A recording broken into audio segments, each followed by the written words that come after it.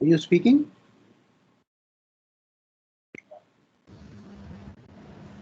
Sir, slides are visible or not? Yeah, they are visible. You go ahead, Bismillah. Okay, sir. Thank you, sir. Assalamu alaikum everyone. My name is Kuratulan Malik. I am enrolled in PhD program with the major of microbiology and immunology at ComSets University, Islamabad. ComSets was established in 1994 by the Commission from several developing countries, hence named as Commission on Science and Technology for Sustainable Development in the South. These are the members of that commission, and the ComSet Secretariat is based in Islamabad, Pakistan. Right now, there are 8 campuses of ComSets, and Islamabad campus is the main campus. And we can see the Biosciences department in this diagram. There are around 101 faculty members in the Department of Biosciences, out of which 86 are PhDs, with the major or in the areas of microbiology and public health, molecular virology, computational biology and bioinformatics, biochemistry, and so on. These are the worthy faculty members of ComSet's Biosciences department, and I will talk about specifically about Dr. Wasim Haider, who is serving as assistant professor in the Department of Biosciences at ComSet University, Islamabad. Dr. Wasim Haider is a PhD from the University of Illinois at Urbana-Champaign, USA, and his area of research is next generation sequence analysis that includes a variety of tasks like data storage and handling, RNA sequencing data acquisition and analysis, gene network and network motifs, genome assemblies identification of DNA polymorphism, metagenome analysis, and association studies. Dr. Haider and his student raised an NGS data analysis training and consultation company known as Next Generation Sequencing.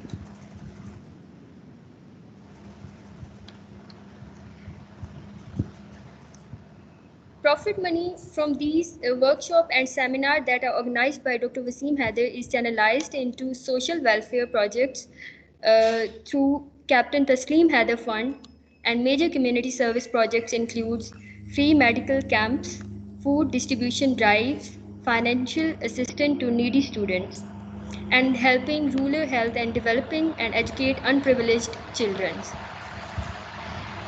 These are some photos in which we can see some hands-on training workshops in the ComSets University, Islamabad.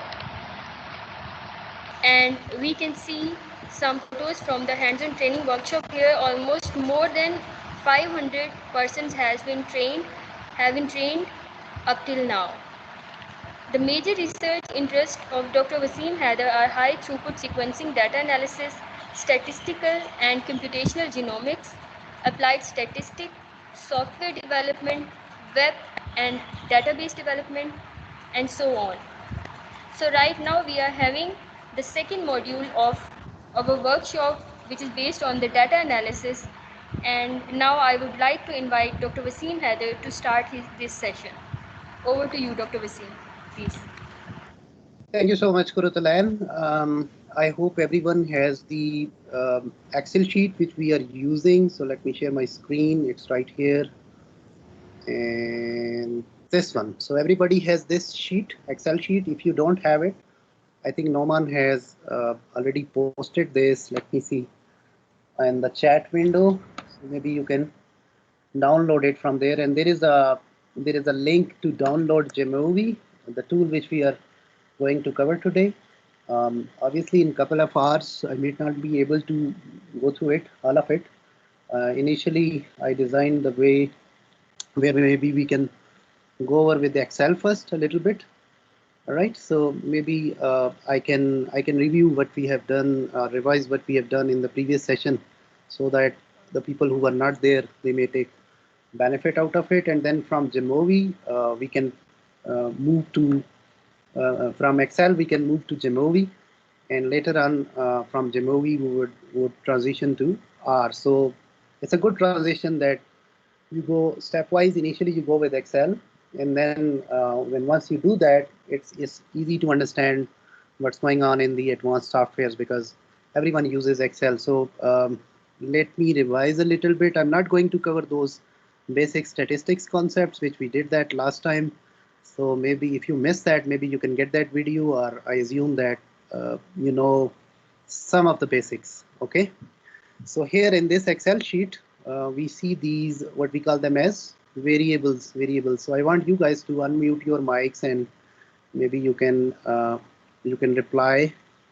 All right. So yeah, and you can participate in the discussion. So let's make more like a discussion rather than a monologue where I am only speaking. So I would love that students or participants, they also speak during the session. So what we did last time was we see there was a data set that was the class survey data, and in this big Excel document, I have multiple sheets. So in Excel you have multiple sheets, right? So in this file is saved with an extension, what we call it. You can look it here as well.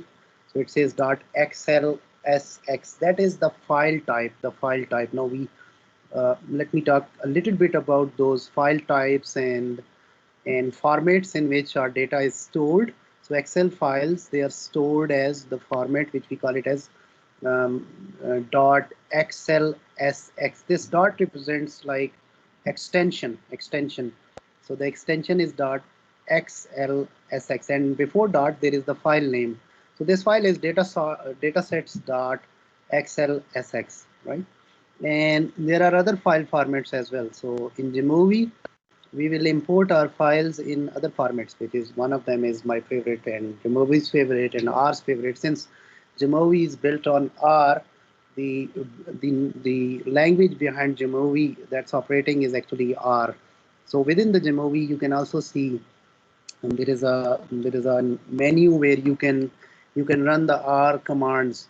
You can modify the outputs which it gives you by default. They are there in its default settings, so you can change that if you are good in manipulating the R codes. But obviously you can for the beginners and for the layman users, basic users, we can say this Jamovi is a great tool as compared to SPSS even. So in SPSS, though, this Jamovi is made with the settings that resemble SPSS even, but this is somewhere between SPSS and R. So it has the basic features as well, like the menus and the graphical things where any user can interact. And for the advanced users, it can also have the a place where you can analyze your data with the help of R as well. So I think if some of you have downloaded the Jamovi, you might not see this R thing. Actually, I activated this while clicking the module. This is plus and module is a combination of various tools or various functions in it. So one of them was R, so I just clicked this, then I went over within this Jamovi and I incorporated R in it. And there is another tool that is Major that I also included for meta analysis. Most of you won't have these two things. These are the modules which I actually included, but anyways. So let's go back, and we were talking about Excel. So then we can come back. So the file formats. So this file is the extension is .xlsx. In the previous Excel version, it was .xlx. I'm sorry. So in this Excel, what we call it as the sheet or worksheet, we have multiple sheets in it. So while we incorporate these sheets into Jamovi or into R or some other languages like Python, etc., sometimes it's hard to get them in this format. So we need to convert it into different formats. And there is a famous saying, like in our data analysis jobs, 70 to 80% of the time revolves around changing into various formats. Okay.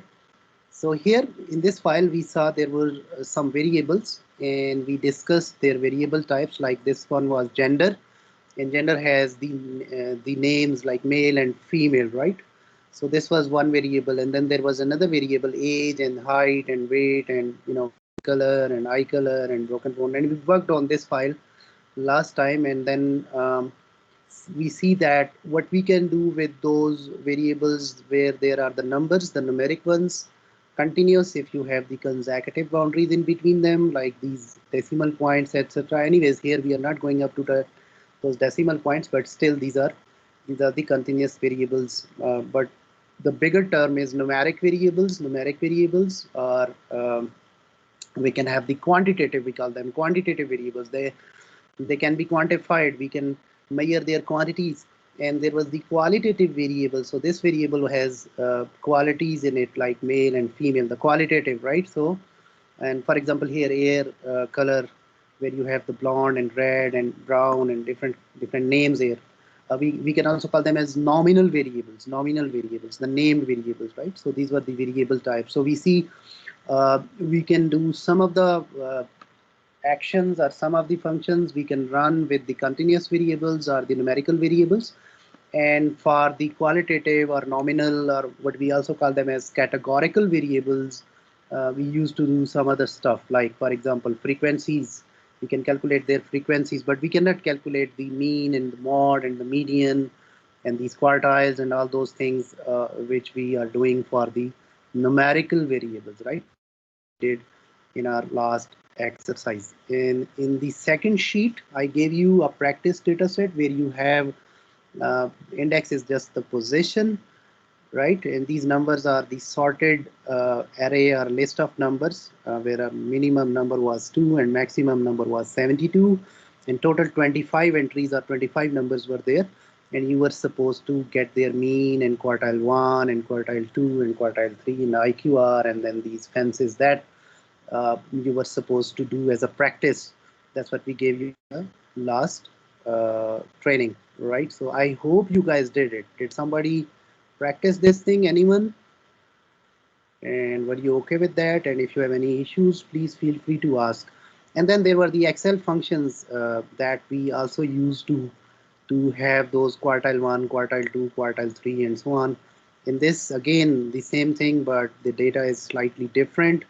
But you were supposed to calculate all these things, so that was just for the sake of practice. There's another sheet. This sheet was emailed to the participants which we had last time, and since our objective at that time was data analysis in Excel, some of the things we actually were not able to cover that, so let me very quickly cover that for you guys, and then we will move on. And obviously some student wrote about this, like if we taught how to do the RNA-seq data analysis. RNA-seq data analysis is the gene expression data analysis, and that's why I incorporated this thing as well. And here you can get a summary statistics of various samples. So you have the genes or transcripts on the rows, and then you have in column 1 their lengths, how long are they, and in column number 3, which is actually the columns are labeled. So A, B, C, D, E, F, G, H, these are the labels. The columns are labeled and the rows are numbered. So in Excel, this is how the rows and columns they go, and the data points, the individual data points, they are at the intersection of rows and columns. So for example, this gentleman is D1, D3. This one is D1, this one is D2, this is D4. So you go first in the column and then you go in the row. So this D4, the value is the address of this cell is our index, or the position of this cell is our reference, we call it. So that is D4. So D4 means the value is actually 304. The value here is 304. Can you quickly tell me what we have in E7? What we have in E7, right? So here is your E, here is your 7th row. The number which you have here is 1782, right? 1782. Yeah, so we want to get some summary statistics for this, and for that we can go with the Excel functions, but I'm not going that because we covered all those things before. But in Excel there is another thing that is very interesting. Acha, ye chale main aapko, this one I can do that. This thing is called as the data analysis toolkit, and if you remember, we actually have this data analysis toolkit embedded in our session for both in Windows and Mac. Since I have the Mac, so it's slightly different, but in the Windows the things are similar. So in data analysis toolkit, I can go here and I can ask for anything like, for example, if I want for descriptive thing or descriptive analysis, like we can describe our data set. So that's what we can do. So I can give him the input. These are my inputs, all these columns, and these are the gene expression values. What are those? Let me explain that. So basically, these genes, they express themselves as RNA, right? So DNA converts to RNA. The process is transcription. The product is called as transcript.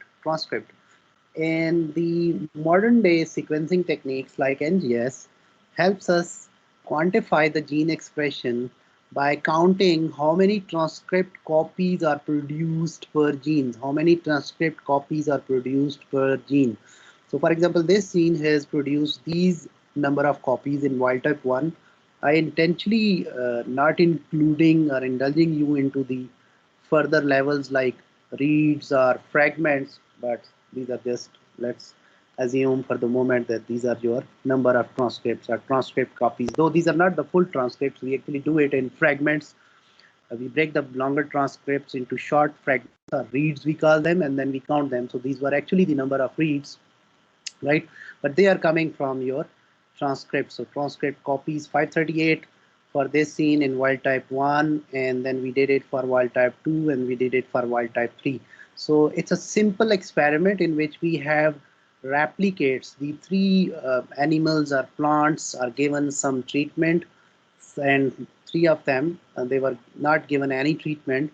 So the treatments given are mu1, mu2, and mu3, and the normal ones are controls are wild types. This mu stands for mutant. So they've been mutated for some gene, or they've been, maybe some radiations were thrown on them, so they got mutated. Their genome got mutated, and this was the gene expression as a result of this treatment. And here are your controls, the wild types. We do it in replicates because we want to do a statistical test. So if you don't have replicates means you repeat this thing. Okay, so rather than taking just two animals or two plants, one for the wild type and one for the mutant, we actually go for two or more than that. The recommended number of replicates for a good statistical testing is, but since this experiment has a heavy cost associated with it, so obviously we are restricted to 3 replicates, which is the minimum level. So at least 3 replicates should have been here. So we have the gene IDs on the rows, and we have the their number of transcript copies, the gene expressions in these columns. So wild type 1, 2, and 3. I put it in yellow color, and mutant 1, 2, and 3. So gene 1, which is actually in A2, this is Arabidopsis gene, a plant gene, and the transcript is also represented with the same gene label. So AT means the Thaliana, Arabidopsis thaliana. 1 means actually these names, they have some descriptions in them. I'm not intended to go into the biology or bioinformatics of these things, but just let you know that these names, they reflect, they are given with some procedure, with some criterion, right?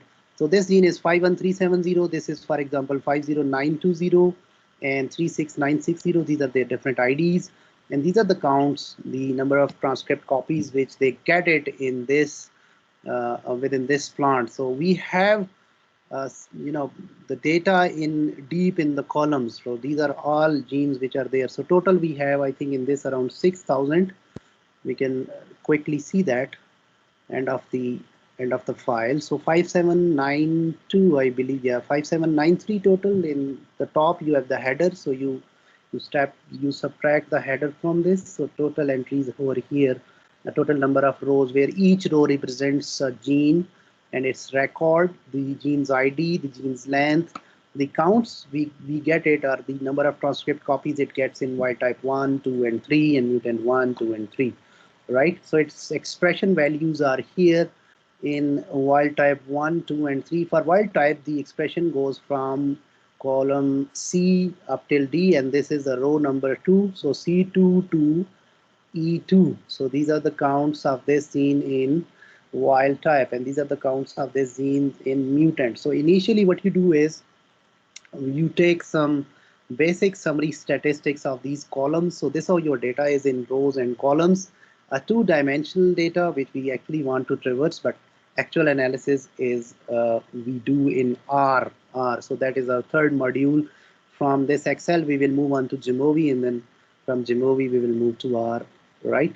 So if you want to get a basic quick review of the summary statistics, you can go here, data analysis, you press descriptive, and we know that we have the counts in wild type 1, 2, and 3. Either you can go here and then you can quickly move to the last cell, right, and put it like that, or but good thing is you can what you can do is simply select these columns like this as well, and it will obviously remove the blank entries. So a data set goes from here to here.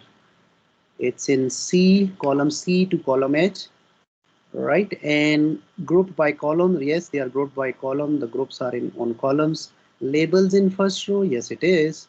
Output range, we simply click some empty cell over here where we can get the output. Here you can fill them up by yourself by going into the individual Excel functions if you want to try, because we covered in the last module, so I'm not covering that again.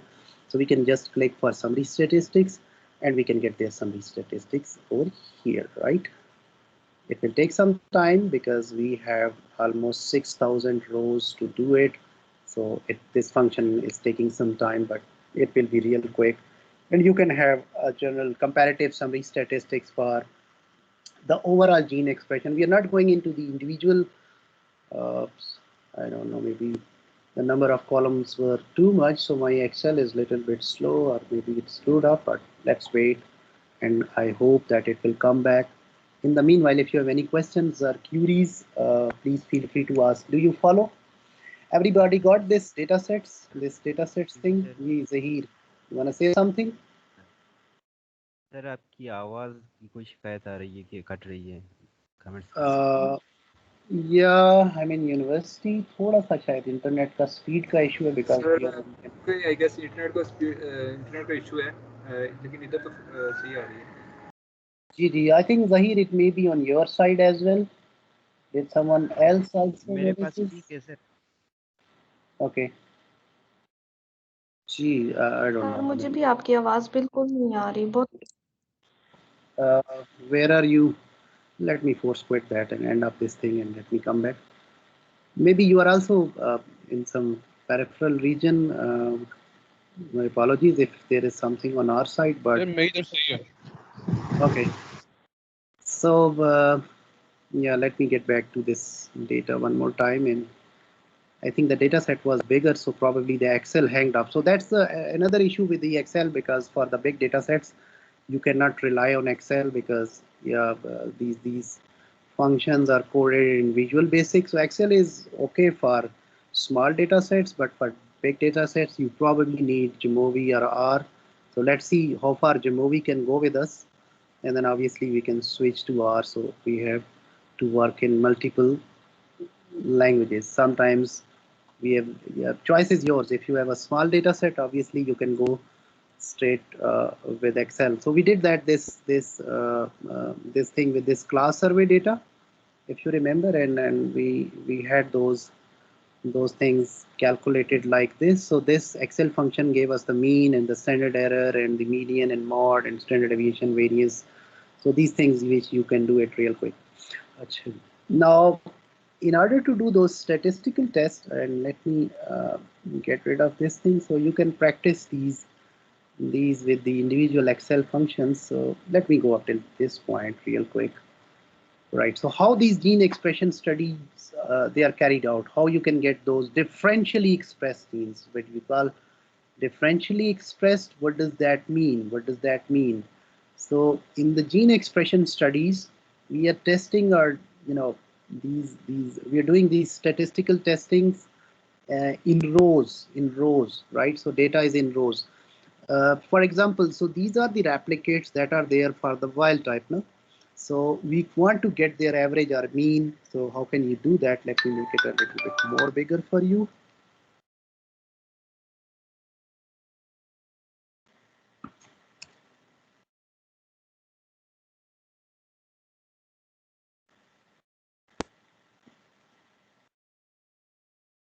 Okay, Excel is weird, so that's why we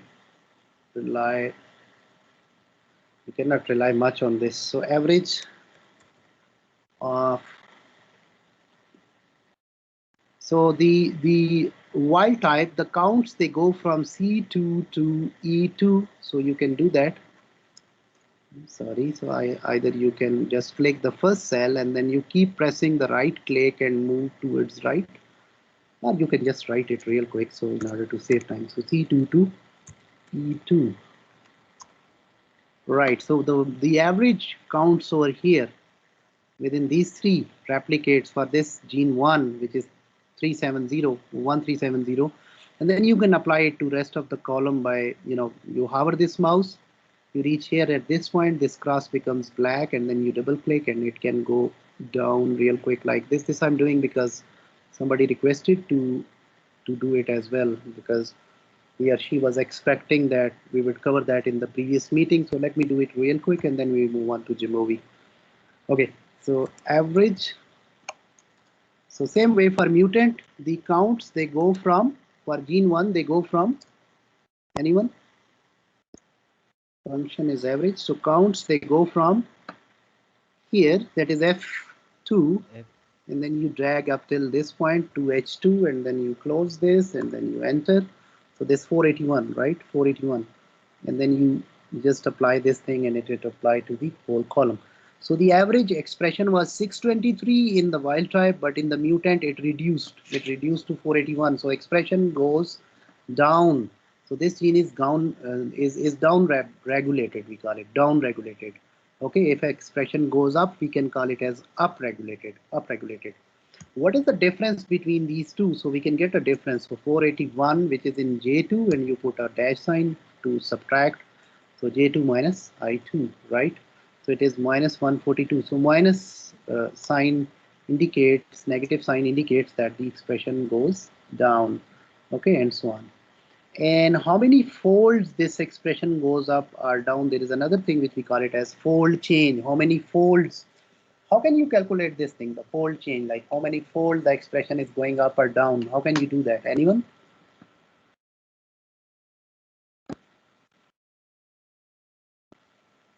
It is two-fold higher or three-fold higher or four-fold higher or lower.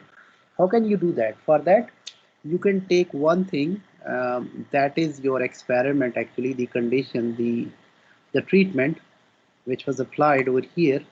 You can take this thing, the average of the mutant, right, put it as a numerator and divide it by mean for the wild type, the average for the wild type, denominator, right?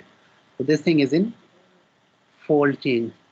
If numerator and denominator are equal, you will get a value of 1. Greater than 1 mean the top term is bigger, numerator is bigger. Less than 1 mean the numerator is smaller. So here numerator was 481 and denominator was 623, right? We can get rid of the formulas as well, so that's real quick. So we can go copy this whole thing, because again, while I'm clicking within the cells, it's giving me the formulas, so I can get rid of that. So I can simply go here. There was a paste special, so we copy this whole thing and then I go here, paste special. Yeah, paste special, and over there I can go all formulas values. I can check the values. So this thing is now all values. Sorry, where is it? RNA6. So this is now, these are all values here. No formulas. The formulas are gone, right? Right. So this is the fold change. Less than 1 means the top term that was smaller. So we get the fold change as mutant, the mean for the mutant divided by the mean for the wild type. That's what we actually did. All right. So here the value is less than 1. So that means the top term is smaller, the numerator, and denominator is bigger. So 481 divided by 623. The expression is gone down, right? So how many fold it goes down?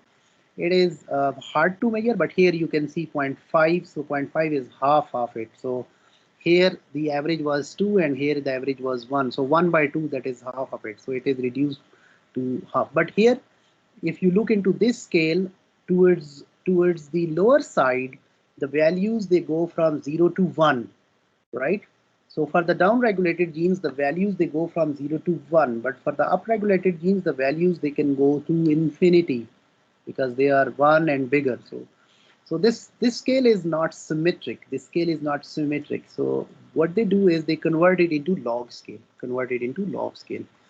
And for that, what you do is log of this number. So those of you who are working with the gene expression data, they can understand that, because yeah, I will not be spending much time on it. But last thing which I do it, there is a statistical test and we'll move on. So we converted this into a log scale.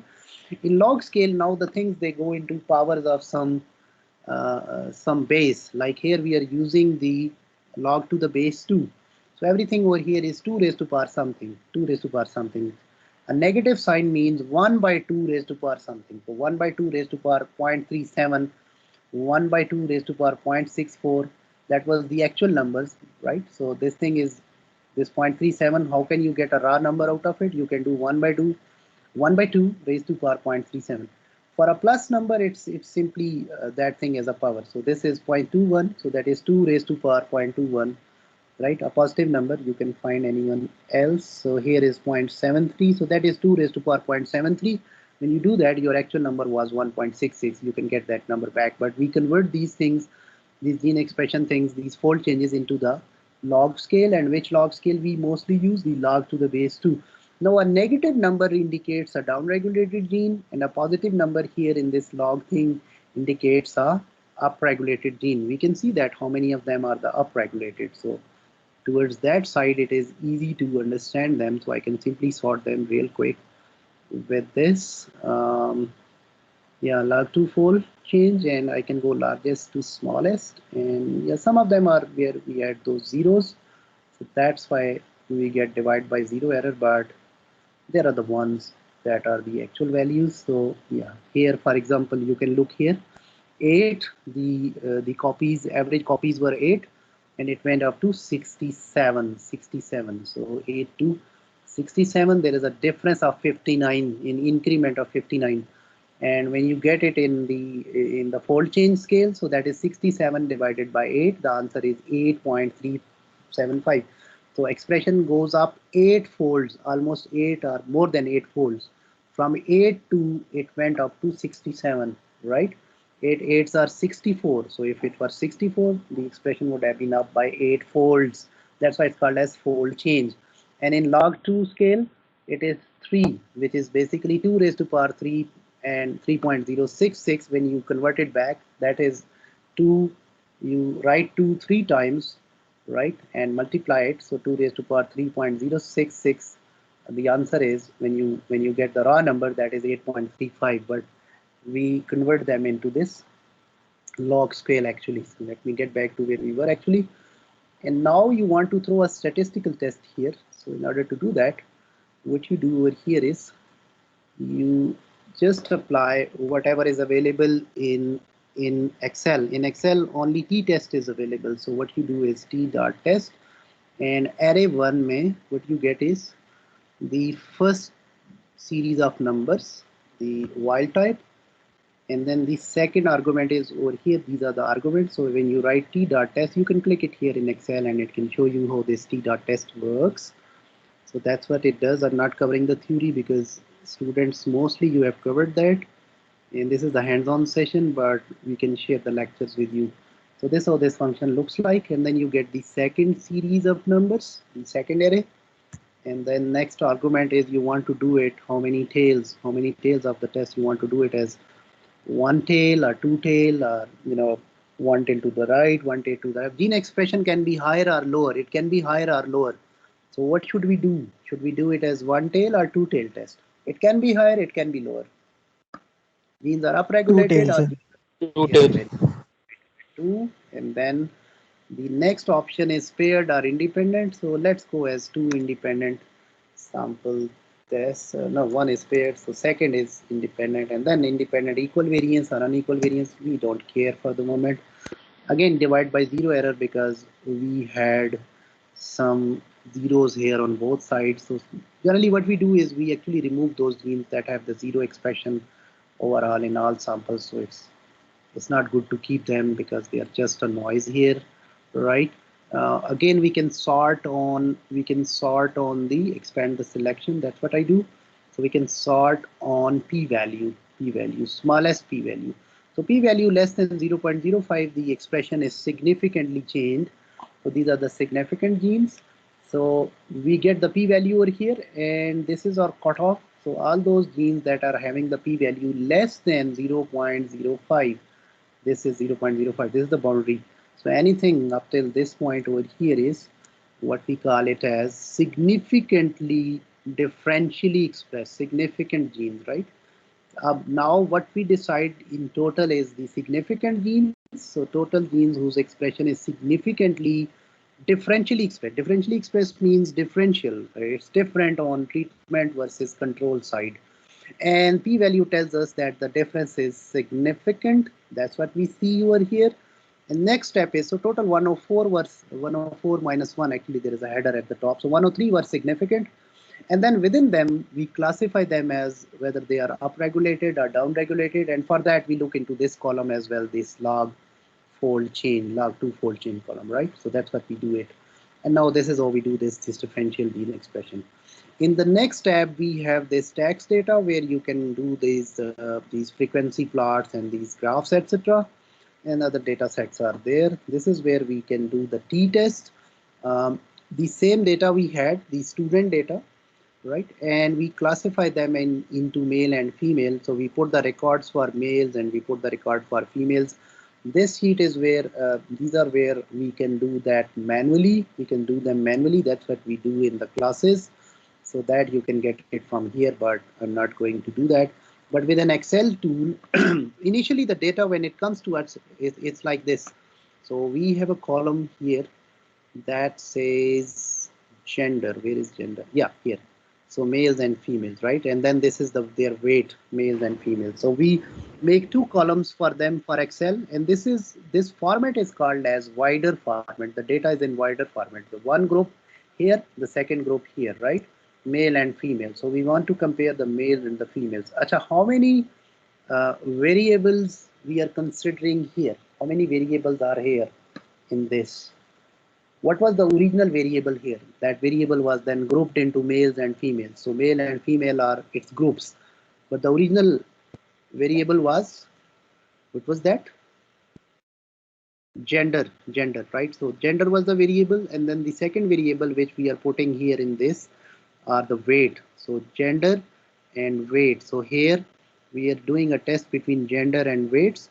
The weight is a variable that is which is actually a quantitative variable or numerical variable or continuous, you can say that, because you can go to any arbitrary unit. Here we are seeing the whole numbers, but you can have the weight like 110.123, 80.234, depending upon how accurate your equipments are, right? So gender in one column and weight in another column. Jamovi needs the data in this shape, right? This format is called as long format. The whole response variable, these variables are classified into two things over here. One is the response, and one is the treatment. So treatment variable, response variable, right?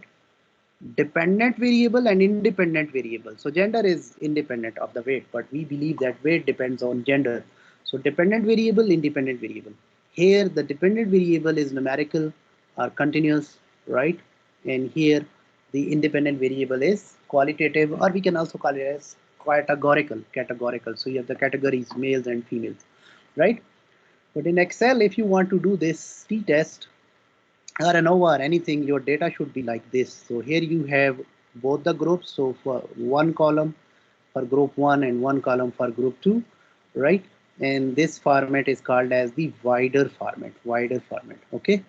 So you can go here real quick in data analysis toolkit, and I can go like, for example, t-test, and these are independent individuals. It's not like you are getting something before and after some treatment on the same individual. So this is the two sample assuming unequal variance or equal variance. I'm not going into the discussion of this variance things, but let's do it with this first option. So t-test 2 sample assuming equal variance, right? And variable range 1, variable 1 is, for example, this one up till this point, and this data set has unequal replicate, so we have more females, pre-medical students with pre-medical majors, so more girls here with us, and or you can just select it like this. And for the variable number 2, what you can do is you can go like this, and labels, and we don't hypothesize any mean difference. Initially we assume that there is no difference between these two. In output range, I can put it like this. For example, I just click here, and then obviously my whole here. If I don't do that, it will override on my input. So these things, they will be gone forever. Even they cannot resume with Control Z or undo things. Okay. So we just click an empty cell. Also, the results may be larger, so we probably take 3 to 4 empty columns over here, because if there is something beneath that, obviously that may be gone, or there is something towards its right or left that may be gone. So to be on safer side, let me click it somewhere downstairs. Maybe we can go like here, this area, and now I'm fine. So there are a lot of empty cells which are available, and I press OK. So it's doing the t-test and it's giving me the result. So the mean for the females was 57, and for the 65, variance 192, 135, close. So seems like they're equal. But in Jamovi, we will click one option where it will also do the test for equality of variances. That's important. If you are comparing two populations, and for any hypothesis testing, any statistical test like T or Z or ANOVA, there are some assumptions that must be met, and one of them is that their variances are equal, right? Equal variance assumption, that we will also check. Observations 50 here, 20 here, unequal here, but let it go. Pool variance, and there is the total degrees of freedom, and T statistics, that is the test statistics, which is the T calculated. The T is minus 2.33, and the P of finding this is the one tail, where your null hypothesis is that the female way, since the value is negative, so we are doing it as this is the smaller mean, so he did it like this, 57 minus 65, right? So if you want to do it as one tail test, one tail to the left, that is the female way less than males, so your results are significant because p value is less than 0.05. P should be less than 0.05. Here the p value is 0.011, right? So it is significant. The T critical for one tail test is 1.66, and same is for left side with a negative sign, so minus 2.3389, which is T calculated, and T critical is for the left tail it is minus 1.66, but Excel returns for the right, but on the left it's the same number with a negative sign.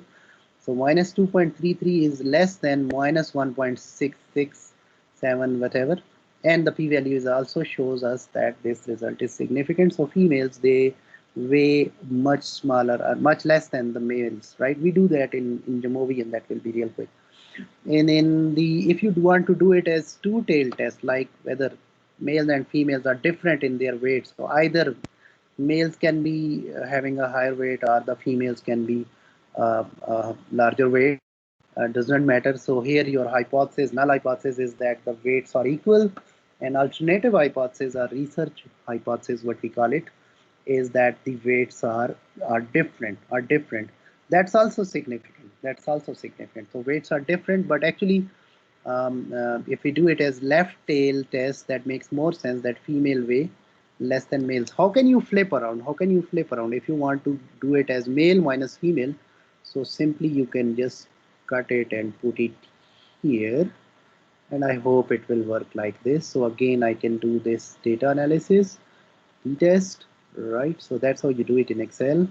So here our first variable, that is the male, which is in J, and this one is the female, that is in K, and labels in first row, and alpha, which we specify is 0.05. That's fine. I think I can do it here. I hope it will not override anything because so many, the output is taking not much space. Yes, yeah. So I think we can fit in here, right? So yeah, so what we do it, yeah.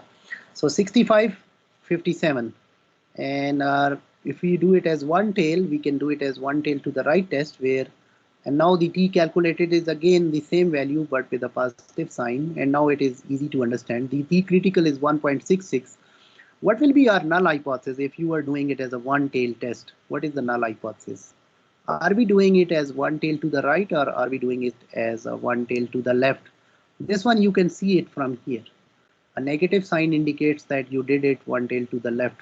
So what this Excel did is by default, whatever column that comes first, it takes it as a numerator. It takes it as the first entity. So it will do it as 65 minus 57, male minus female.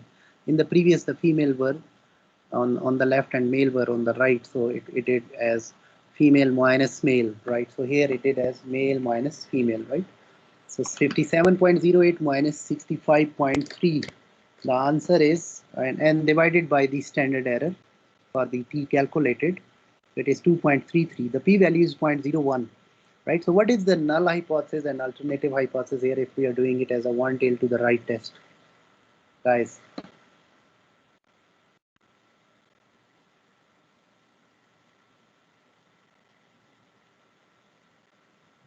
Anyone? We are testing it as a right tail test or a left tail test.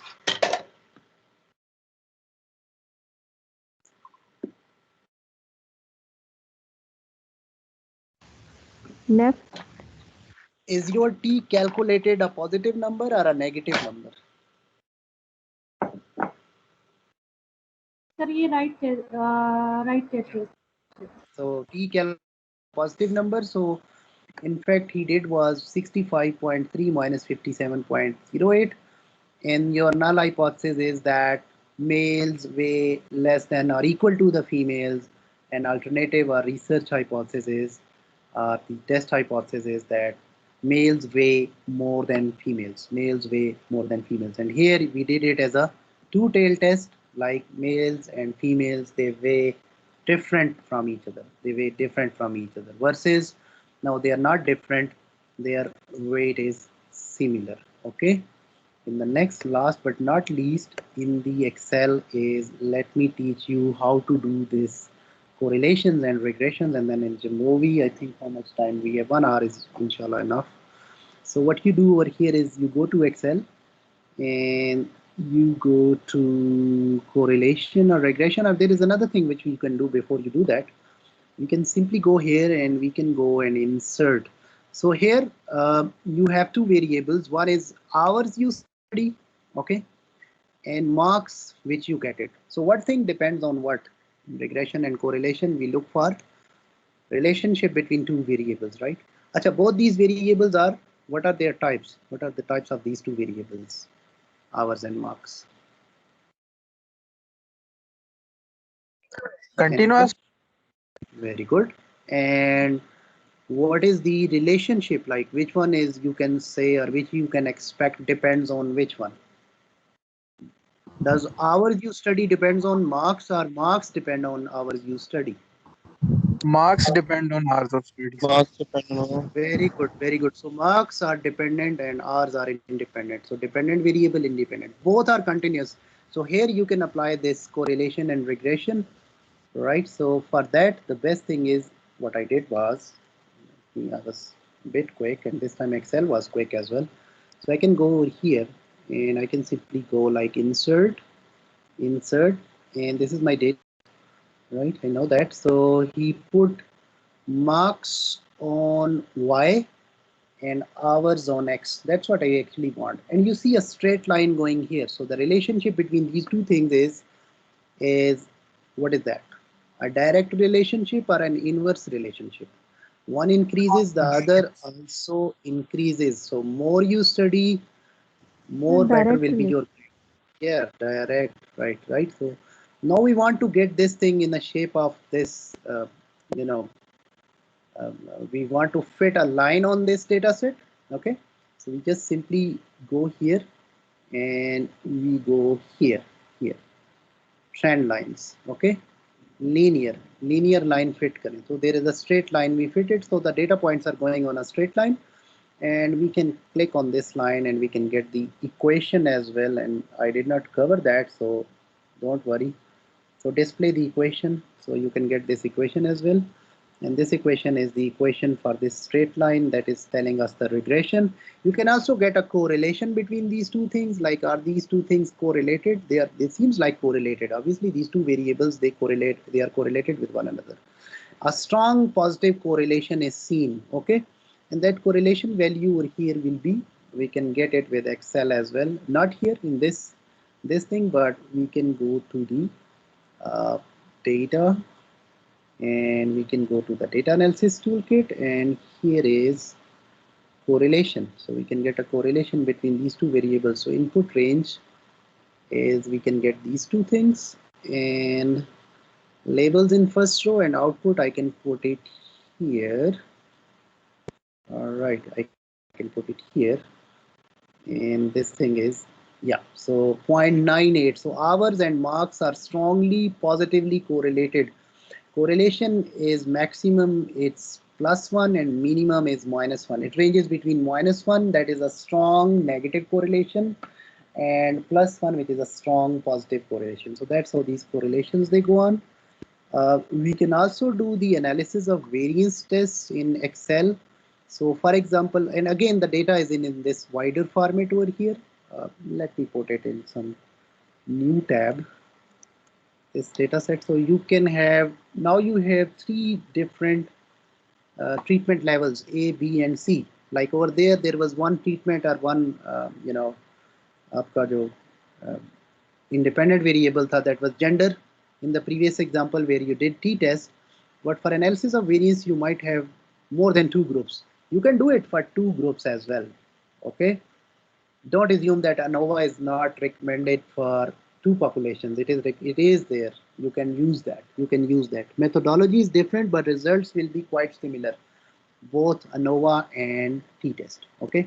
But if you have more than two populations, you probably would go for ANOVA first, and then obviously you will do those tests in pairs, like A with B, A with C, and B with C. So 3 pairs of tests you would perform. But analysis of variance would give you a generalized picture, whether these 3 populations are different from each other or they are not different from each other. So this is how you do ANOVA.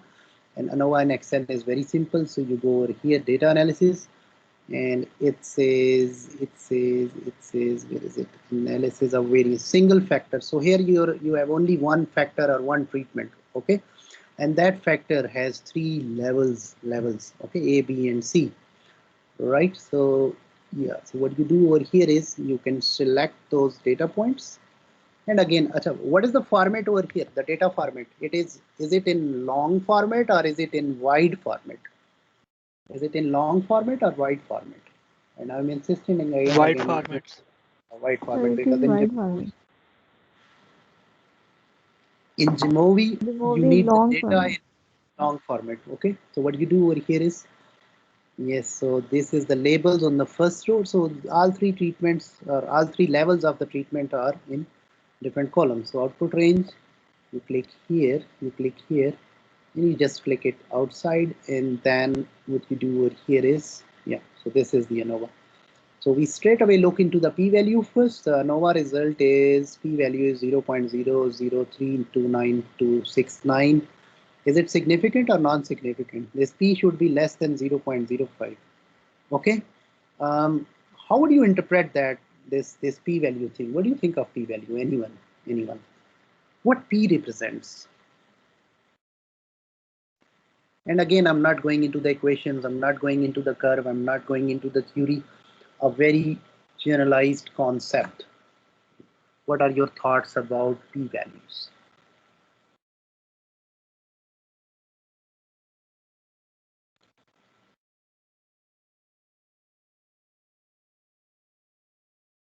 Anyone?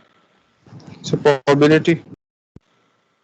Yes, probability of seeing something by chance.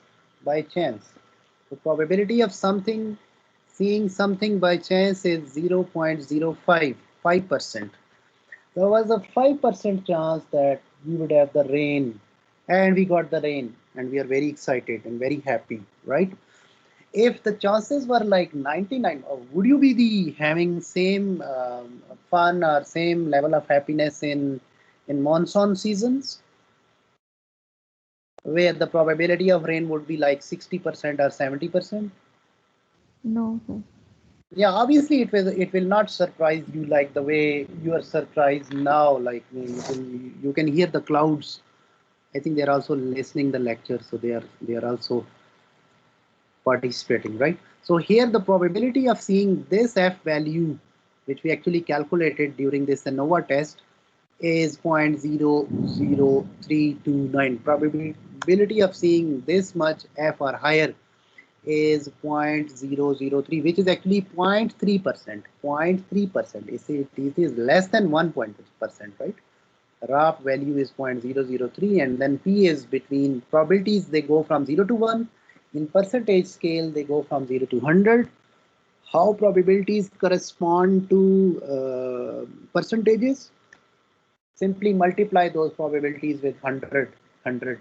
Okay, so 0.003 either you can compare with 0.05, okay, or you can convert it into a percentage scale, so it is 0.3%, and then you can compare it with the, in percentage scale, 0.05 is 5%. So up to 5% is where that is significant, that is important. So we decided anything that happens and the probability of happening that thing by chance, which we define it as the alpha, was 0.05. So anything that happens up to that point, up to that level, alpha or less, is weird, is significant, okay, is exciting. That's what we do. Okay. All right, so let me take a short break, and Nauman, maybe you can yeah, briefly, do you have Jamovi on your laptop? I think it's the same as I have it on Mac as compared to what they have in Windows, or is there anything different? Or maybe you can just real quick way you can install it, or installation, if it is difficult, maybe you can have them install that, or on your laptop, so that they can see. Would you like to see that installation and anything? Or by the way, we have this lecture series that is very interesting, and that covers all about Jamovi. This gentleman is amazing, right? So he did a great job. So there is datalab.cc.jamovi, and these lectures are really good. All right, this is by Barton Paulson. Okay, and if you go into this lecture series, it made the chunks as well, but then he explains in one of the comments. So when you look at it, the same thing in the YouTube, where is that? Yeah, let me click it. So yeah, so now it goes to, so in the comment section he mentioned somebody. Where is the YouTube thing? So yeah, I think I had this lecture in YouTube as well. So Jamovi for data analysis, the same thing. So in the comment section, he appreciated one gentleman, so who created the hyperlinks for this. So what you do is,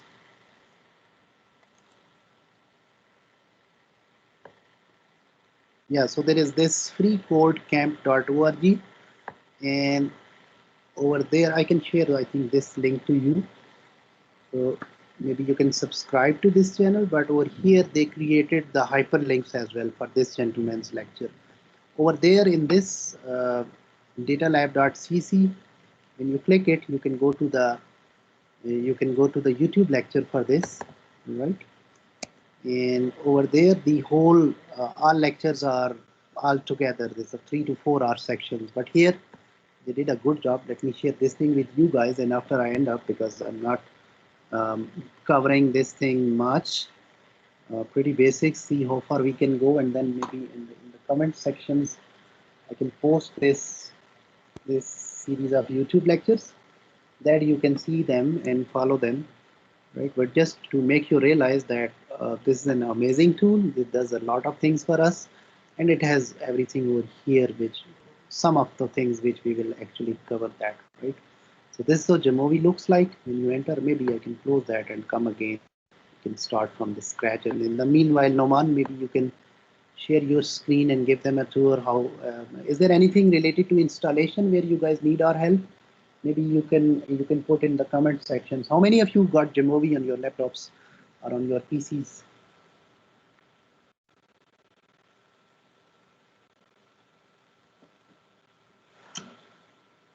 You got it, Zahir? Yes. And if you have any difficulties in installation or anything, maybe you can, yeah, quite a few number. They got it on their laptops. Yeah, and, if you have any confusion or questions, maybe you can ask from us, right? Noman can respond to that. Noman, would you like to give a tour of Jamovi on your laptop? Are you there? Yeah, yeah, sir. Okay, sure. When you install that,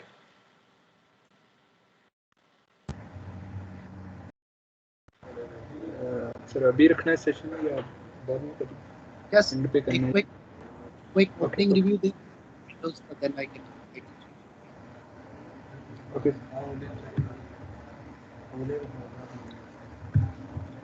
You share it.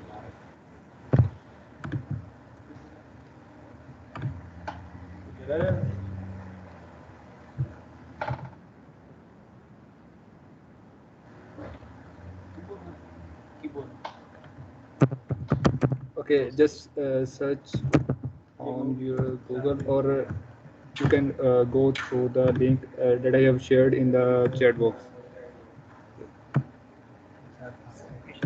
Yeah, this one is a link that I have shared with you guys in the chat box.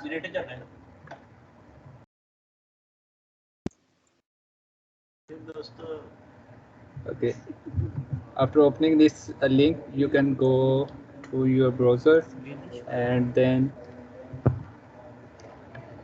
you can download. These are both. So we can't see your video. Sorry.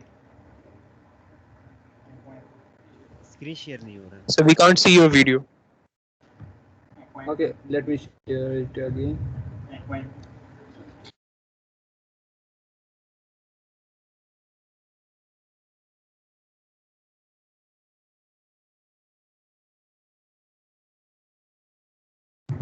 Okay, please let me know when It's my visible. screen is shared. Okay, okay. Okay, this is a link that I have shared with you guys in the chat box. Just click on it, and then it will open a window in your browser. And these are the two versions available. You can download whatever you feel. This one is the latest one that is current. Just click on it, and it will start downloading.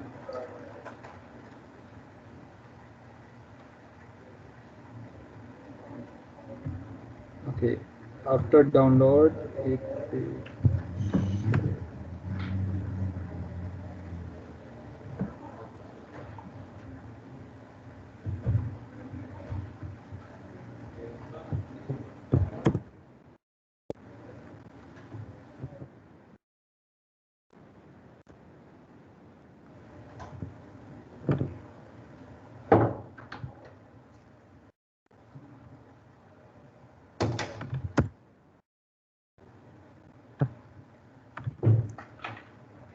Okay, the internet is a little bit slow.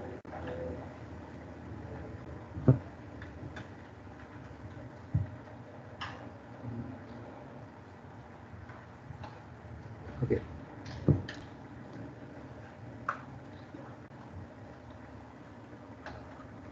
When it is done, then you just need to open it and just run.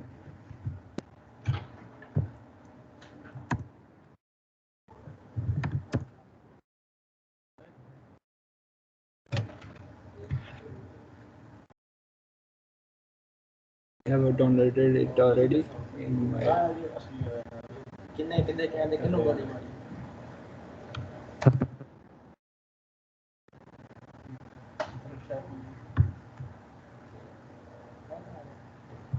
So it's simple, downloaded and installed on Plex. I think Yeah. there is no competition in this, right? So maybe you can open up if you have downloaded it already or installed it already. Okay. Okay. Okay, sir. How does it look on Windows? I think similar to what it looks on the Mac. Yes, sir. Most Interface Windows users. same. Mhm.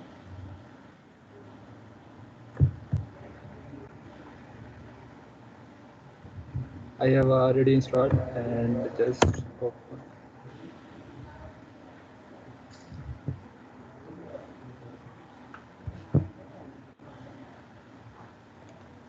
Stop that.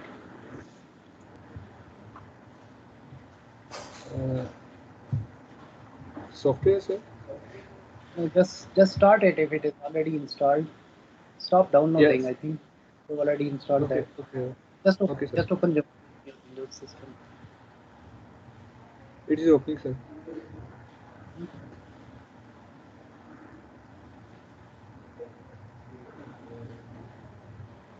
It's not that heavy. Probably your system is overloaded with lot of stuff, or you have opened lot of stuff there on Yes, your sir. system. Yeah. Yes, sir. Lot of applications are running in the background. You were not expecting this. Yes, sir.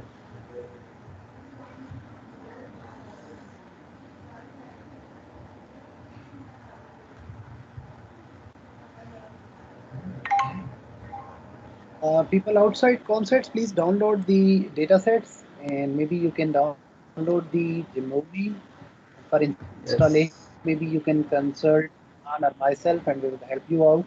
See those videos, see those video tutorials which you are actually sharing with you guys. And when once it's there, you would love Jamovi, and you must be thinking why you were so late on this, because I think nobody told you.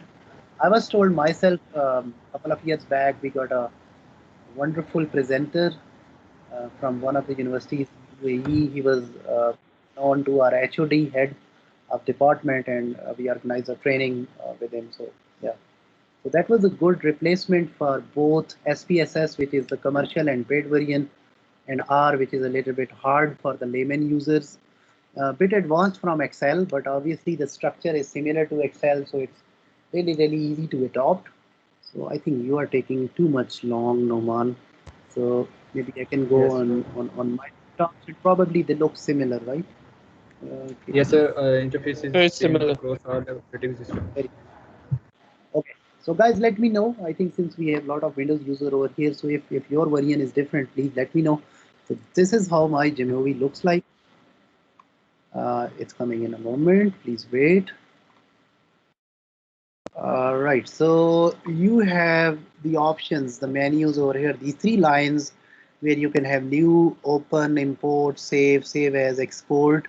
New means new project which actually you want to start. So you can name any project, or you can get a new actually Windows window thing, or the panel. Yeah, panel is the right word. So new panel to start your analysis. Sometimes you are working on multiple data sets, so you want to have one panel for each data sets.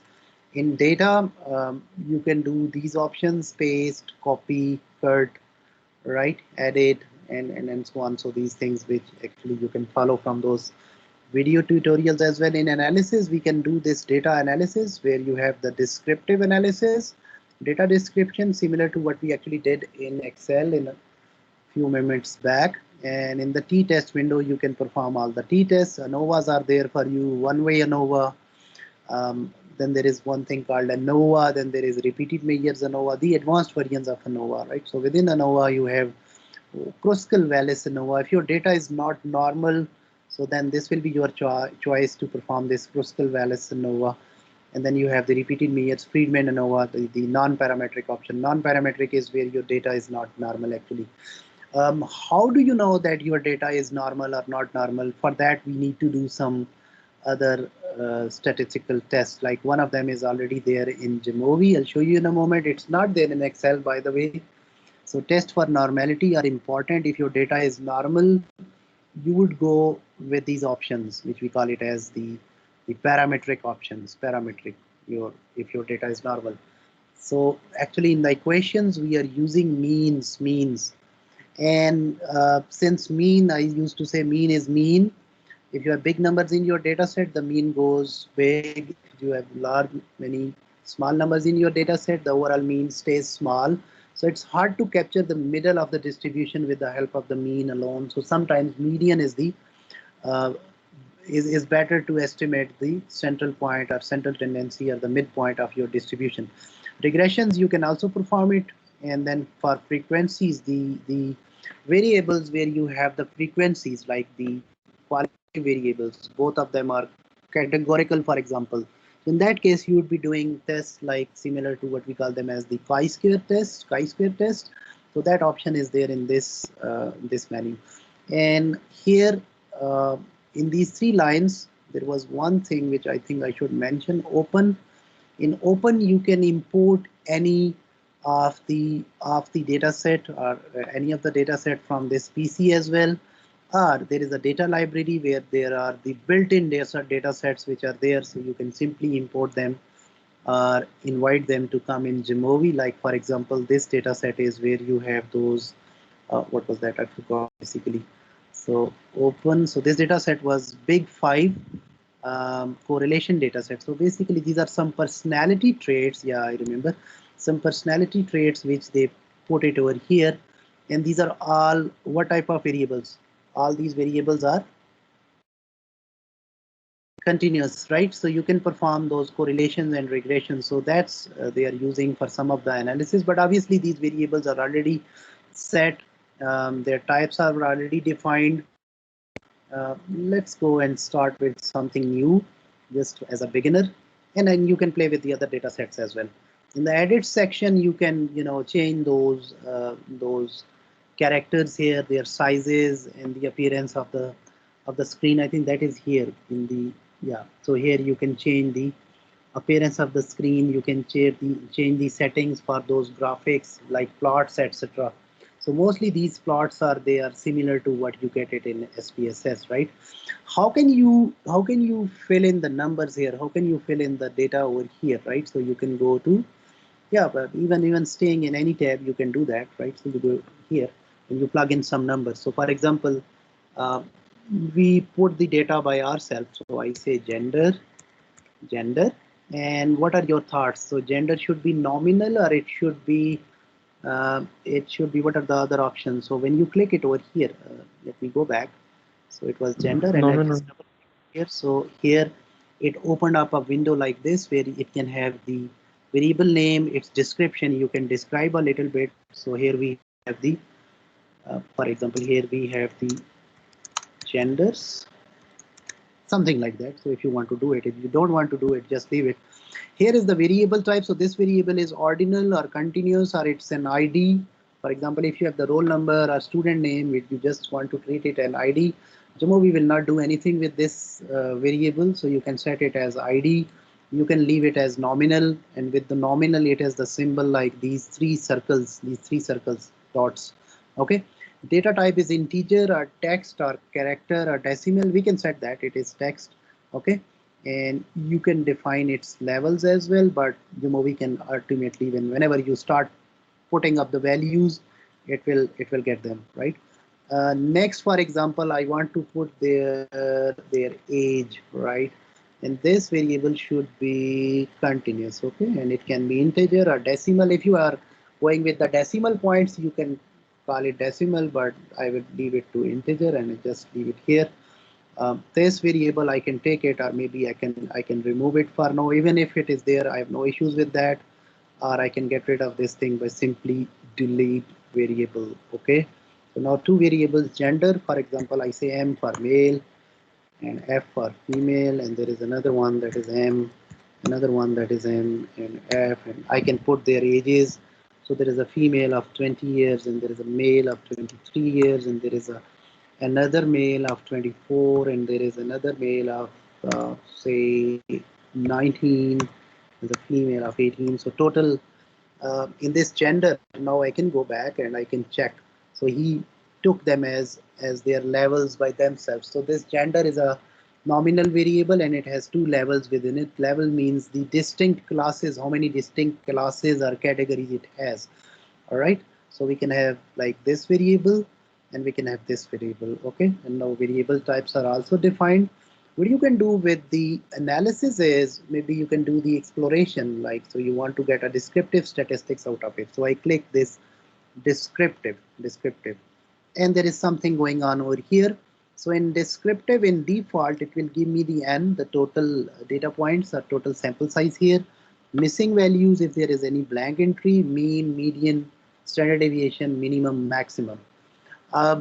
First I throw this variable gender over here, and it does nothing. It does nothing because this gender can, you know, these are the categorical variables, so it cannot get the mean, mod, median, or whatever.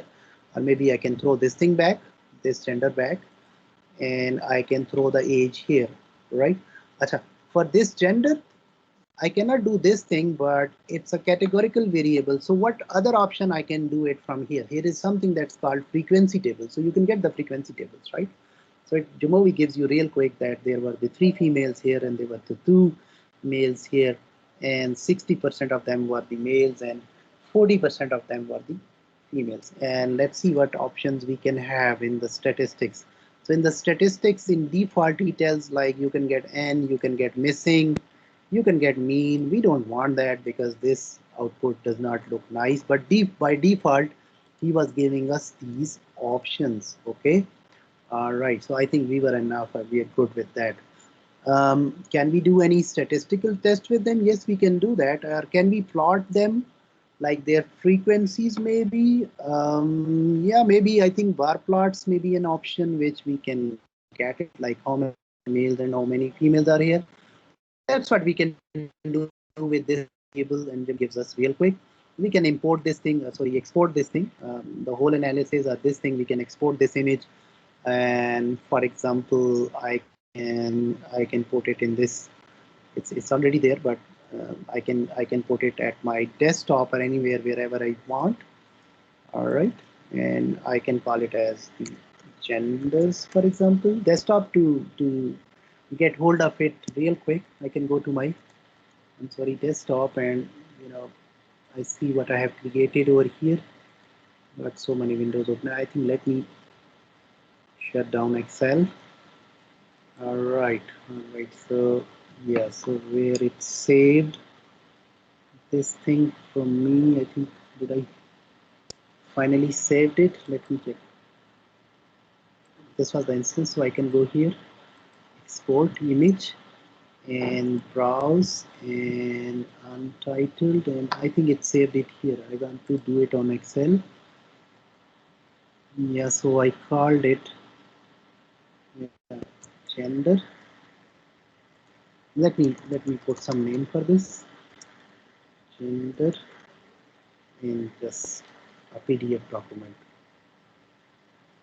Yeah, it's somehow it's saving it from where we started this thing. Yeah, it's here. It's here. So this is how it looks like, but you can change that. Obviously, Jamovi will give you what it has to offer to you. Okay. So this is a small data set. Maybe we can import one of our own data sets in, which is already there. We were playing with this. What was that? The class survey data. Achha, one more thing is that if the big file is like this, XLX file is there, Jamovi will simply import your first file, okay, in XLX, the first sheet in XLX. But if you have multiple sheets, you can save them in some other formats. Like one of my favorite and Jamovi's favorite is .csv or .txt. How does it look? So you can go here, file, save as, and same is with Windows as well. We are actually doing all these things in one of the folders. So what was the name of the folder?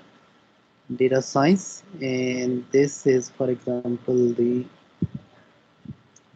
class data, and I change the type, the file type. So it says CSV, where it says comma separated value. Okay, not this one, but just CSV comma separated value, and I'll show you in a moment what actually happens to the file. So I just save it, and it gives me a couple of warnings like there are multiple sheets and you are saving only one sheet. So I will save only this sheet. So I'm fine with it. I would say okay. I would say okay, and it will save that for me. All right, and now I can see where, and then one more time, I will save it to save our time. I can save it as file, save as, I can save it as txt as well, as a text file as well. So the movie is good to get the file as CSV or text. It says where is it, tab delimited.txt. So class data tab delimited txt. So we save it as a txt as well. All right. And the warnings it gave me were like, I will save only one sheet and then some of the features may not be visible to you. So this is how it looks like in txt text file. I can open it like this. So now it will open up with a text editor, and this file is called as tab separated value, right, or txt. So in between various data points, there are the tabs in it. We can feel them like here, but we cannot see them. So the tabs are there. So various data points are separated by this character tab in between them. Remember, in computer, some of the characters are visible, like most of them, but some of them are not visible, invisible. You can feel them, but they are there. So this file is a tab separated txt. How can you keep track of these data points? Like in Excel, and now I'm opening the CSV. It's taking a little bit time. So here is your file. So what you do over here is, I'm sorry. So these colors are gone. Those bold letters are gone, right? Initially they were colored and bold letters, and I was able to save only one sheet, but still I'm fine with it. So this is how it looks in Excel. So you have gender and then age, and everything is under this gender column. Everything that comes over here goes here, and within age you have these numbers like 69, 65. But how computer keep tracks of them? Computer keep tracks of them. Um, just to show you in a moment. In Excel, they look very, very fine and very, very nice, but in computers, they keep track of them with the help of what we call them as separators. Let me open up this file with some other uh, applications like txt or text editor. So this file will be looking different to me. I don't know why it's taking so long. This file, if I open up with, yeah, with text editor, this text edit, this is how it looks like. So now it is a comma separated file. So gender, comma, age, comma, height, comma, and so on. And in the end, there is another character again, which is not visible, this whole long big thing. That's called as the new line character. Like everything goes into the next line. If you want to create this file in txt by yourself, how would you go to the next line? How would you go to the next line? You will press enter, right? That's what you do in Microsoft Word, okay, or PowerPoint or any other Microsoft Office toolkit. Okay, so here there is a new line character.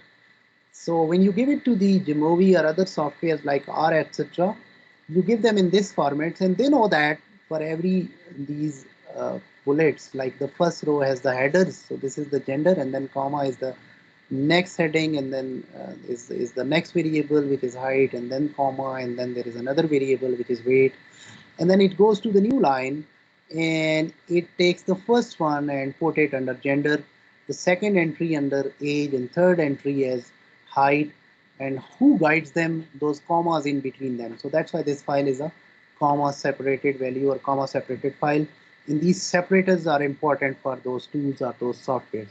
So let me import this file. We get this file for Jamovi. So we go here, browse, and we just save it as a CSV. So we double click on that, and now we press open, and this file comes over here. And now we are not interested in all those things for the moment. We just look into our variables first. So the file is imported. The variables are here. The first variable is gender, and we can double click and we can double click and check real quick what we have for gender. So gender is the variable type is nominal, and it is of the text type, and it has two levels, male and female. Are we fine with it?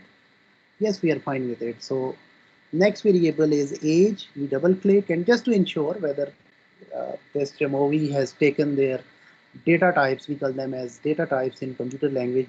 So we just want to make sure whether Jamovi has incorporated these data types correct or not correct. Okay. Then there is height, and he's treating the height as nominal, and it has the levels like 61, 62. That's what we want. What are your thoughts? So height should be nominal or something else?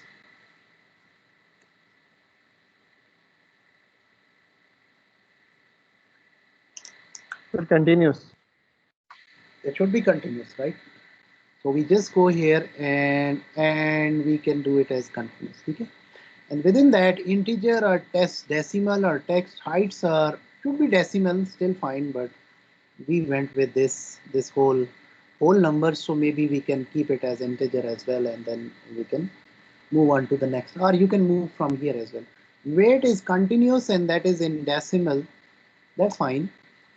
We just check them real quick. Hair color, let's go back, I'm sorry. Hair color, black, blonde, brown, nominal and text, yes, it should be. Eye color, nominal and text, yes, it should be. So it does it by itself. So anyone who is dealing with SPSS here, so anyone who has used SPSS, or there you need to correct all those things or put those numeric labels for them. You cannot put it as male or female, but rather than that, you need to go into that variable in SPSS and you give them the numeric letters for them. For example, for the female, you can say 2, and for the male, you can call it 1, right? That's what it does. And it changes their types 2 and 1, right? That's how you used to do in SPSS. Here, you don't need to do that. You don't need to do that. Okay. So we want to do a descriptive thing. And again, is this data a long format or a wider format? So gender in one column, age in one column. So you can associate age and gender with each other, right? You can do a statistical test between males and females, their average age versus female average age. That you can do it. You can test their heights. Here we say that height depends on gender. Dependent height is dependent variable, gender is the independent variable, and integrated variable can be treated as a treatment variable. So this is a treatment gender that has two levels, male and female. So we want to compare their heights or weights or ages. Two continuous variables like age and height. Do you think they are correlated? Height goes with the age.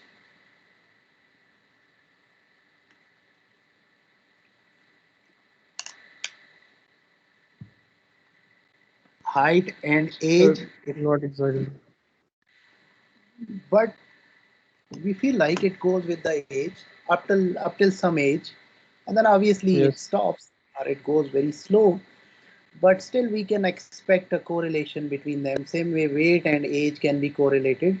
Height and weight can be correlated. So are there these variables in which we are comparing or we are finding associations where we can do those correlations and regressions if both are continuous. But here, two genders and you want to compare their ages, you can do, for example, t-test. Okay, more than two groups like male and female, and maybe you put transgenders over here, or for example, you have the hair color and then you want to associate that with the age and height.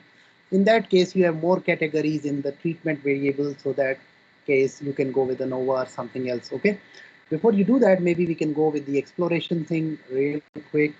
So data exploration. So by the way, you can get those modules in Jamovi, like got R over here. This is how I went. So I went to Jamovi library.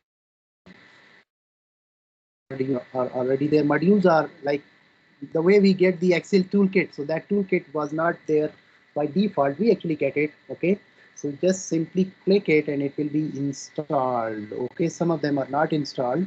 It says install, you install them. Like this RJ editor was already installed. This JPower or something, you just click install and it will start installing. And this thing will be right here. Okay. So whatever module you want, you can do that. In R, you need to do it with a command. Okay. So we can go back and maybe I can also get rid of this thing. Let's go with the data exploration first, so we can do some descriptive analysis of these data sets. How many males are there? How many females are there? Real quick, and then we can do other tests like t-test and then one, maybe some other which we can do. So with this data set, what you can do, right? For males and females, for gender. So it put all those things here in this window or this panel, and you can put those variables on this side. And there is another thing, a small window that says split by. What is that? I'll show you in a moment. So first variable you throw over here is gender, and we just want to get its idea. So there are n equal to 57, 5 students did not write their gender down there. And this sort of data where you have those qualitative or nominal things, you don't need mean, you don't need median, you don't need missing values, you don't need ends, right? But I think we are good to go with the frequency tables, okay? Again, we don't need this minimum and maximum or whatever. So we can get a frequency table. That's what we can get it real quick. We can get a bar plot and so on, okay? But for the other variables, like for example, for the age, now we throw away this gender thing, or maybe we can take these nominal variables first, age and hair color and eye color and broken bone and dominant hand, and do they smoke or not. We can get their all frequency things, and it will take some time, and it will, yeah, it will do it for us, and we can download that real quick and present it to our professor or committee or thesis or research paper.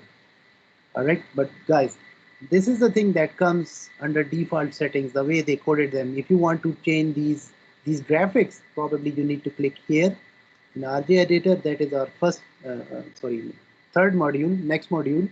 So we will move to R as well, but within Jamovi you can do some fun in R over here. But before we do that, let's go slowly in what we are getting from it. But you can change these types and you can play with them. For the advanced users, there is R in it, so it is good for laymen, it is good for programmers to love R.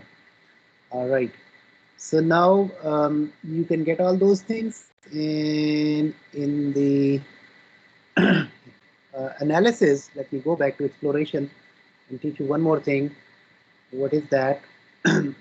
You want to you want to get the age of this variable, age, and split by genders. So age depends on genders. I can split this age by genders, right?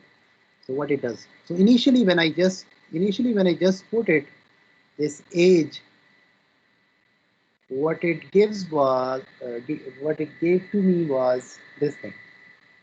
57 total, 5 missing, mean 22.6, median 20, standard deviation 8.15, minimum 17, maximum 69, right?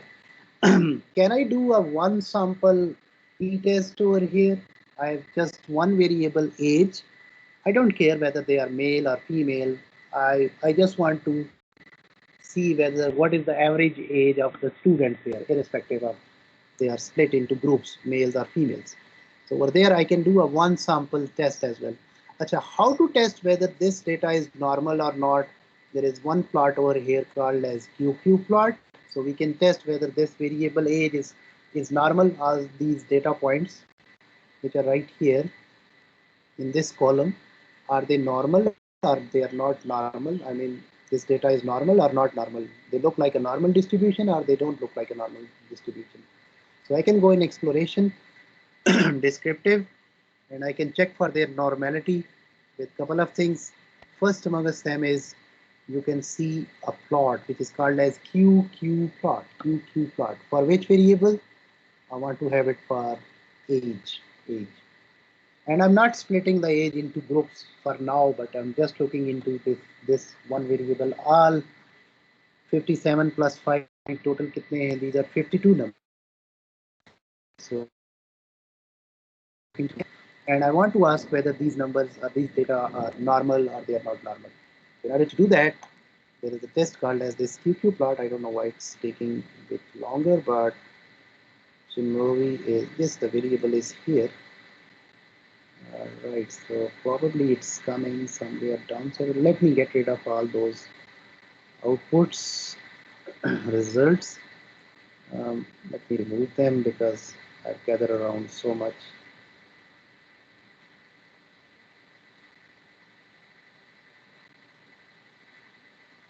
So whatever steps I did, it actually saved them. So yeah, that is the issue because you get the output so many.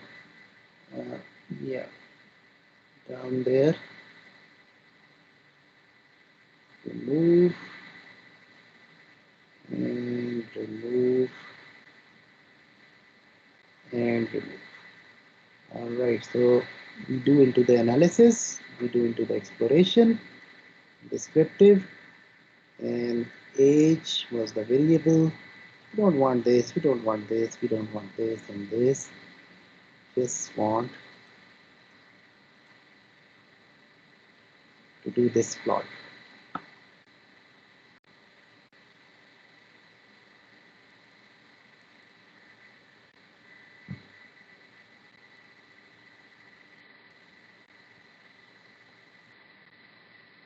Normally it's real quick, I don't know.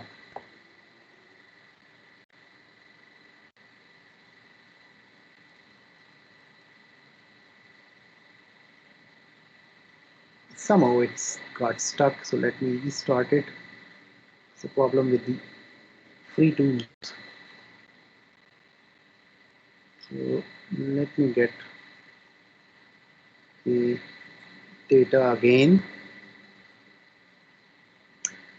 By the way, it's already there, so this time I can get it from the text file and see that whether if it is different or not.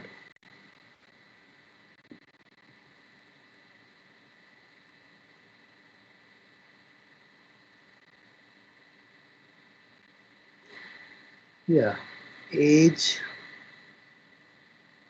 nominal, no, it's not nominal. Continuous, integer, height, continuous. I need to set my variables.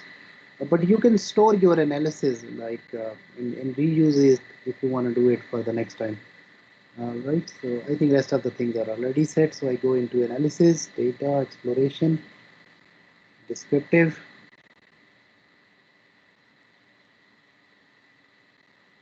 So I want to go for the age. And in the plots, I want this QQ plot.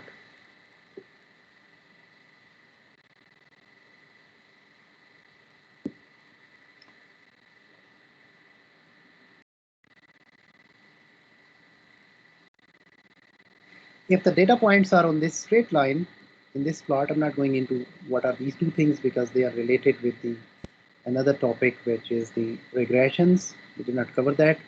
So theoretically, these data points, they should be like this, and these are the actual data points, right? So they should be corresponding, they should be a straight line. So these data points are a bit off from the straight line. Seems like data is not normal, okay? You can get this age and you do it into gender wise. So this is already here, this data set. Now we go for height, sorry, this age split by genders. So now it will make those two frequency tables, one for the females and whatever the other parameters as well. The missing and the mean and the median and the standard deviation and minimum and maximum, all those characteristics for both male and the females, right? And for the two separately, so like both are not normal, they don't normal as an extent, right?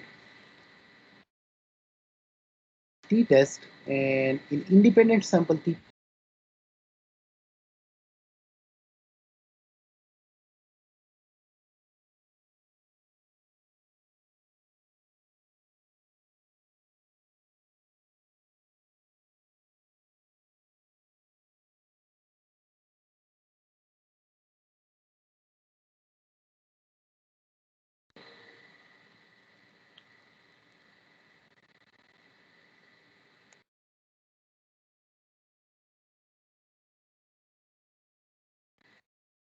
Do you guys hear me?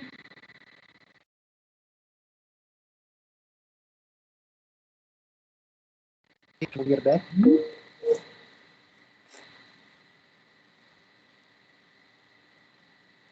Okay.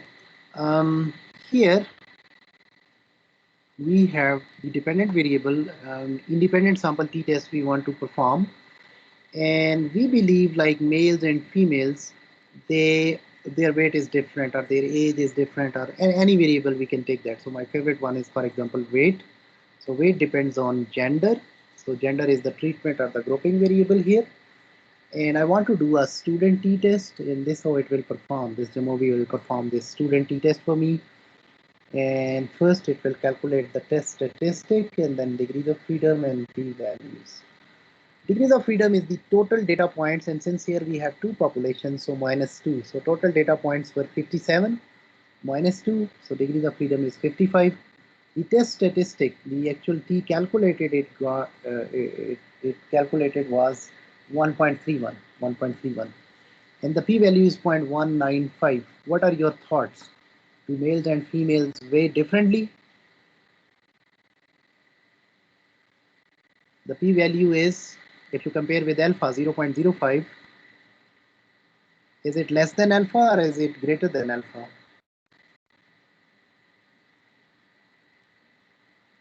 Greater than. Yeah, so we will fail to reject. So seem like their weights are equal, okay? But there is one more thing which we should do that, and what is that?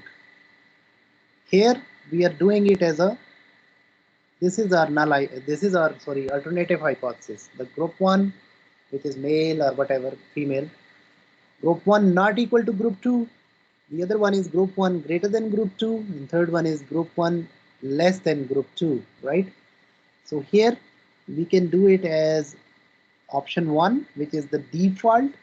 So this is the alternative hypothesis. So you see a not equal to sign. Is it a two-tailed test or one-tailed test?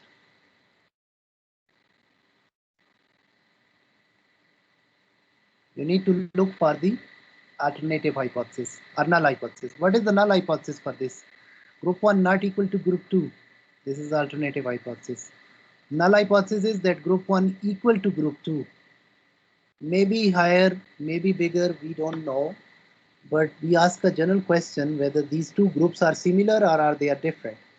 In that case, if you're doing it like this, equal to versus not equal to test, this is a two-tailed test. Two-tailed test. Okay. So we performed a two-tailed test, but before we did that, we are doing some violations. We did not check the assumptions. What are those assumptions? Here we are considering two populations. One is the males, one is the females. Okay, right now we have the samples in front of us, but probably we are interpreting these results to the population of all ComSat students or any other university students or any country students.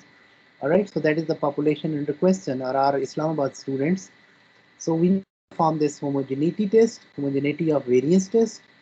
We need to perform those normality tests before we do that, and this QQ plot test. So let's wait for Jamovi to respond back. Normality test and QQ plot test will tell us whether our data are normal or they are not normal. All right. Shapiro test, again the test for normality. Over there, the null hypothesis is that the data are normal. Data is a plural word. Okay. So data are normal versus the alternative hypothesis is that data is not normal. Null is that data is normal. Here, null is rejected or failed to rejected. Look at the p-value. P should be less than 0.5. If it is like that, null hypothesis will be rejected. What was your null hypothesis? The data are normal. Okay, and it is rejected because the p-value over here is for this Shapiro test, which is the test to check for normality. It tells us that you are violating the assumption of normality. Your data is not normal. Okay, data are not normal. All right, so that is the one thing. And the other thing which you're gonna see over here is the other test, which is the equality of variance. So two populations, males and females, their variances are equal or they are not equal. The p-value is, here the null hypothesis is that the variances are equal. Alternative is that the variances are not equal. The p-value is 0.506. 0.506. Is it less than 0.05 or greater than 0.05? Greater. So what we gonna do? Reject the null hypothesis or fail to reject the null hypothesis? Fail to reject. So variances are equal. So we are not violating the equal variance assumption, but we are violating the this normality thing. So in order to do that, student t-test, if both the assumptions are okay, assumptions checks are passed, or the assumption test, one of them is the homogeneity of variance, like two populations have the equal variance, and normality, if both are okay, in that case we will go with the default. But here it's not the case. If variances are not equal, okay, and but normality is there, you will go with the Welsh t-test. Welsh t-test. All right. And again, you can see on the QQ plots as well that the data are not normal. So you will do Welsh if you meet the assumption of normality but not equal variance. Okay. But here we are meeting the assumptions of equal variance. Homogeneity test is passed, but normality is not passed. So in that case, you don't do Welsh, you don't do students t-test, you'll go for Mann-Whitney. Mann-Whitney. Okay. Mann-Whitney. When data is not normal, we will perform a Mann-Whitney test. Okay. That is the alternative for the t-test. And I hope it's coming down there. So let's see its results. This Mann-Whitney, yeah, it's here. It's up here. So weight 319, and again the p-value is 0.182. The hypothesis is rejected. Their weights are equal. So how to do this one sample hypothesis test? One sample, for example, we say that all students, their average weight is not equal to 50. Maybe it is less than 50, maybe it is greater than 50, but we just go with one thing, and probably this one sample, yeah, one sample t-test is right here. So where what we do is we ask a generalized question whether their age or weight or height. So weight, and again for this we can see the normality and we can see the QQ plot, and then we will go for whatever we want to do. So by default he's going for student, so let's stop him. Don't do this. He says, and here the under the null we assume that weight is different than 0. Obviously 0 is not a default setting. We put the value over there as 0. That's not good. So maybe we say that the student weight is not 40. Maybe it's greater than 40 or maybe it is less than 40. Their average weight of the students is not 40. That's a generalized question we can ask. We can ask it like this, that the student weight is greater than 40, or we can ask it is that the student weight is actually less than or equal to 40. Less than or equal to 40. Less than 40 is for the alternative hypothesis. These are your alternative hypotheses which are here. Greater than 40, less than 40. What is opposite to that? If your null hypothesis is that it's not equal to this value which I gave it here, 40. So that is your alternative hypothesis. What is the null? What is the null? That it's equal to 40, right? But we know the average weight for this whole group was, what was the actual number? In the analysis thing, I think it was around 60, I believe, if you remember. We go to analysis, we go to exploration, descriptive, couple of minutes more. Let me stop it here and we will start in the next week from here. And then from here, this Jamovi, we will do a jump to R. All right, so height is a variable. No, weight was the variable which we actually were considering. And I just want to see the mean real quick. The mean weight was 67.4. The median was 69.8. And here I wanted to perform a one sample test, and I believe the students are obese. And I define obesity as if the average weight at this age group at this level, when we were young in our universities, we were no more than say 60 kgs, 60 kgs, right? So weight we put it, and under the null we assume that the weight is 60, right? And before we do that, we need to check for these things, normality and QQ plot. We are not doing this equality of variance test. Anyone? We're not doing equality of variance test. Why?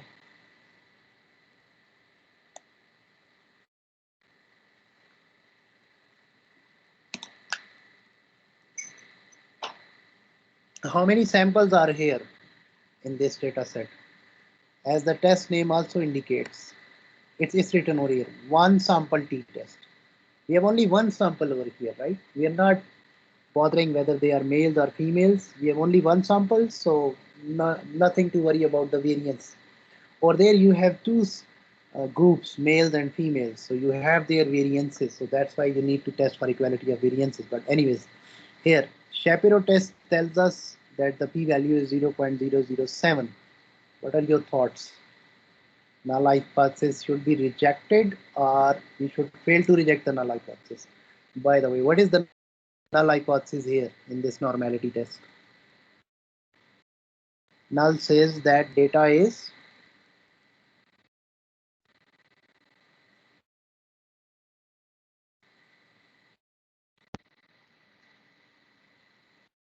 normal. And I think I saw a meme where the teacher was like, I used to ask a question in the online class, wait for 10 seconds, and then I replied myself. And he's asking whether it happens same to you, and yes, same similar happens to us.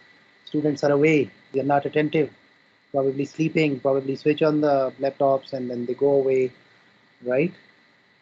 But and then they ask for the online test, no physical test. We are putting more efforts than the physical classes, I tell you, to be honest. We expect the same from you guys. So p-value over here is 0.007. Null was that the data is normal, and here the null is rejected, data is not normal. Okay, that's how it looks like. It looks like these data points are a bit far off from the straight line. So which test we gonna use?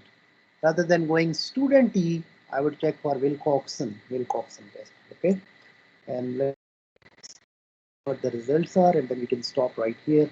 So this is the null hypothesis over here. Population mean is not equal to 60. The mean which we get was 67.6 or something. The question we are offering is 67 different than 60?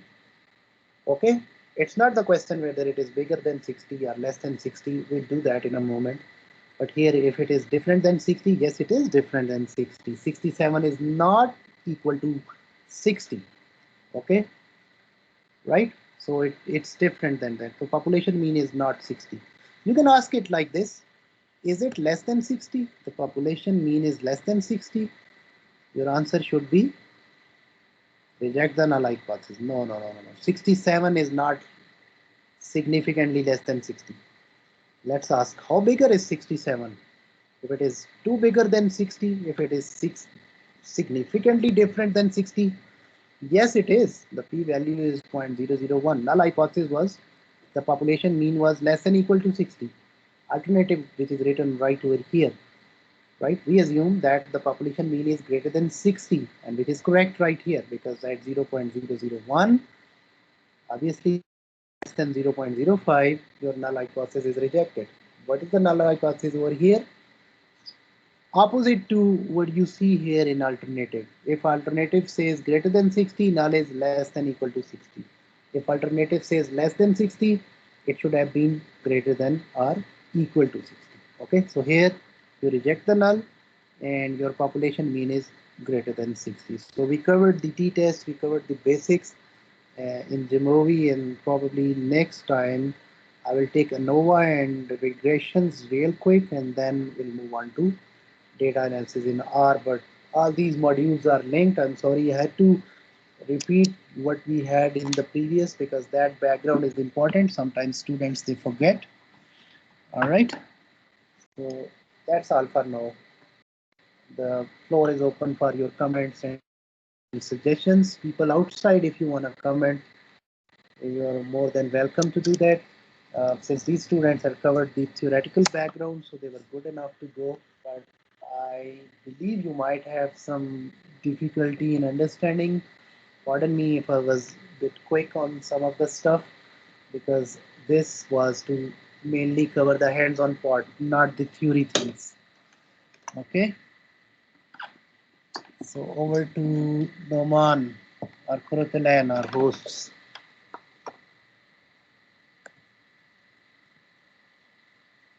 Thank you, sir.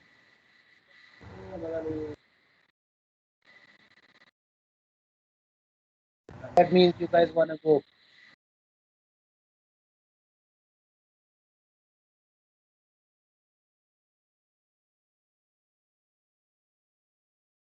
और भी कुछ रहता है sir?